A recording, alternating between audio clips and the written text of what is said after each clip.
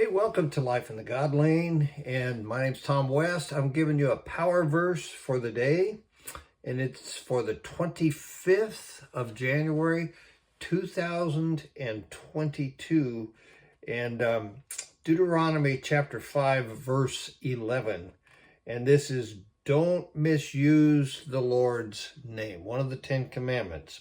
Let's read the verse. Oh, by the way, hope you will subscribe to my channel.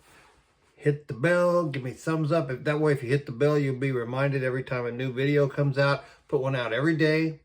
A power verse or verses for the day, every day except Friday. Friday, I put out the main message for the week.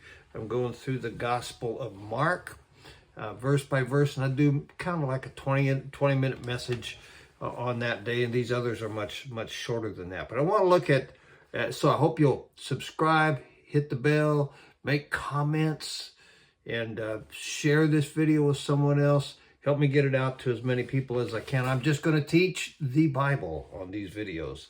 So let's look at Deuteronomy chapter 5, verse 11. Listen, this is what it says. You shall not misuse the name of the Lord your God, for the Lord will not hold anyone guiltless who misuses his name. Now, traditionally, this has been translated by the old King James Version, thou shalt not take the name of the Lord thy God in vain.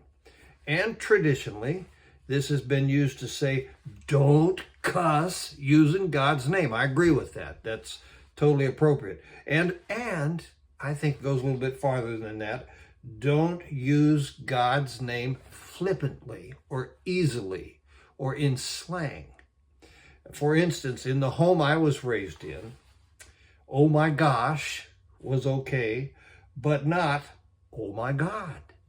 And my kids were raised under the same standard, not appropriate. You don't use God's name loosely or flippantly. Always use God's name with respect and appropriateness because he's the God of the universe. So that's not something that you use lightly. But the idea of this verse goes way beyond that. The best way to translate the concept is this. It's a Hebrew word, and the best way to translate it would be, do not carry the name of the Lord your God. And the idea is not to carry or misuse God's name. Indeed, you do. In other words, don't do stuff that's not right, that's evil, in the name of God. God's name reflects his character. When you do something in his name, you should be reflecting his character. So don't do evil in his name, carrying your evil with his name. Don't do bad stuff in the name of God, is the idea. When someone does evil and says he's doing it for God, which happens all the time, okay, or doing it in God's name and it's evil, he's directly violating this verse. And God will hold him to account for that, and it'll mess up his life. Back in 1998, James Copp murdered Dr. Barnett Slepian. And he did it in opposition to abortion because Dr. Barnett Slepian performed abortions. He was an abortionist.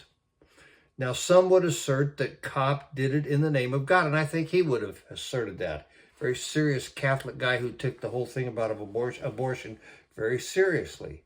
But remember that the 10 Commandments are about prospering and living long in the land. When you violate them, you're not going to prosper. You're not going to live long in the land.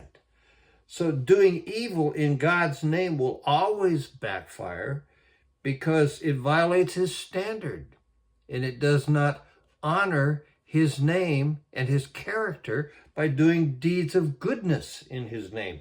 What happened to James Copp? Well, he was convicted of murder in 2003 and he's serving a life sentence without parole.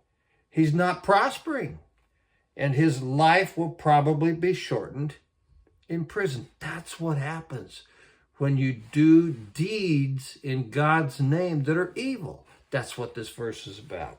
Never do evil in God's name. It always backfires. Do good in God's name. You'll be blessed, and I'll see you tomorrow.